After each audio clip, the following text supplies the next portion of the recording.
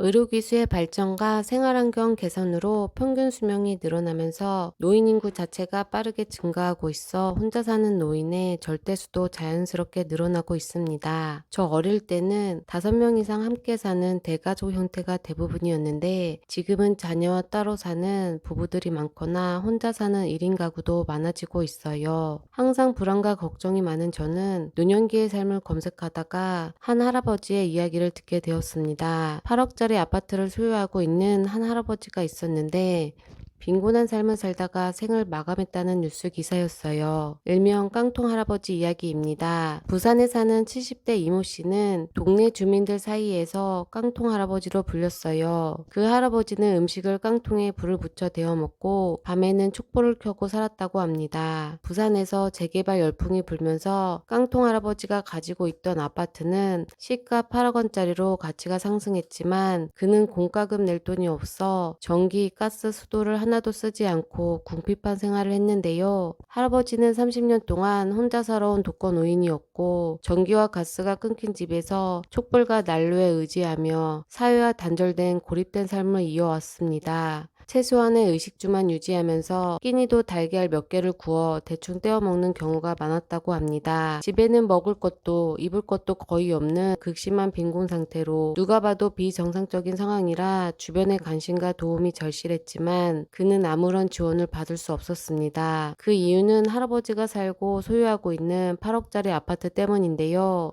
사회복지사와 주변 지인들은 깡통 할아버지에게 아파트를 팔아서 재정적인 문제를 해결하는 것이 어떻겠냐며 제안을 했지만 소용이 없었다고 해요. 할아버지는 아무리 궁색해도 나의 전부인 이 집은 팔 수 없다며 완강하게 거부했기 때문이라고 합니다. 할아버지에게 집은 단순한 거주 공간 의상의 의미를 지니고 오랜 시간 쌓아온 추억과 정체성의 일부였던 셈이었고 결국은 기초생활보장 수급자 등 법적 지원을 받을 수 없었습니다. 깡통 할아버지에게 그 집은 평생 혼자 살면서 뼈 빠지게 일해 모은 돈으로 장만한 찻집이었고 그에게는 전부였습니다. 그래서 먹고 살기 힘들다는 이유로 그 집을 팔 수는 없었다고 합니다. 결국 현금이 없는 그는 수년째 빨지 않은 듯 시커먼 옷을 입고 다니며 먹지 못해 깡말려가는 몰골이 되고 결국은 빈곤으로 인하여 생을 마감하게 되었습니다. 실제 일어난 깡통 할아버지 이야기는 저에게 많은 생각을 하게 만들어 주었는데요. 남일 같지 않았어요. 저도 제가 살고 싶은 집을 사기 위해 먹고 싶은 거 먹을 거 안 먹어가며 놀러 가고 싶어도 놀지 않으면서 악착같이 모았는데 이렇게 힘들게 모은 집을 쉽게 팔 수 없을 것 같아요. 하지만 이렇게 부동산 자산 비중이 커지니 현금이 없는 저는 직장을 안 다니면 현금이 너무 소중해질 거는 당연지사라 현재 자산을 주식으로 조금씩 모으고 있지만 여전히 부동산이 제 자산의 많은 비율을 차지하고 있습니다. 현재의 삶도 중요하다고 생각하는 저는 20대, 30대는 제가 살고 싶은 집을 살기 위해 극단적인 절약을 했다면 40대의 저는 현재의 삶과의 밸런스도 생각하며 살려고 노력 중입니다. 물론 20대, 30대에 극단적인 절약을 했던 저는 관성 때문인지 쉽게 습관을 바꾸기 어렵지만 하나씩 바꾸는 중입니다. 제가 이제 계란 후라이도 몸에 좋다는 올리브유로 하고 있거든요. 40대이지만 저에게는 2, 3만 원짜리 올리브유 사는 게 아까웠습니다. 하지만 이제는 무엇보다 건강이 중요하다는 걸 아는 저는 조금씩 바꿔가려고 합니다. 깡통 할아버지의 이야기는 집이나 물질에 대한 집착이 오히려 더 큰 불행을 부를 수 있다는 점과 집 한 채가 결코 행복한 노후를 보장하지 않는다는 점을 깨닫게 합니다. 오히려 노후의 현금 흐름, 물질적인 자산만큼 중요한 삶의 균형, 인간관계, 건강이 노후의 삶의 질을 결정짓는다는 사실입니다. 노후에 진짜 필요한 것은 무엇인가? 집은 나에게 맹목적인 소유인가? 아니면 미래를 위한 투자 자산인가? 나는 지금 무엇에 집착을 하고 있는가? 저 자신에게 많은 질문을 해봅니다. 그리고 저는 한 가지는 결정했어요. 집을 팔 필요 없이 평생 그 집에 살 수 있고 집값이 연금 수령액보다 더 높으면 남은 금액은 상속인에게 돌아가는 주택연금은 노후에 무조건 신청하기로 말이죠. 물론 집값보다 연금 수령액이 높아도 상속인들이 갚을 필요 없는 주택연금은 장점이 많은 것 같아요. 어차피 우리는 죽을 때 모든 걸 가지고 갈 수 없습니다. 국민연금으로만 부족한 노후에 주택연금을 추가하면 더 삶이 즐거울 거라고 생각합니다. 짠 행복은 노후 준비는 일찍 할수록 좋다고 생각해요. 오늘 가장 젊은 젊은 내가 나이 들어 체력이 예전 같지 않은 나를 위해 저는 오늘도 일을 합니다.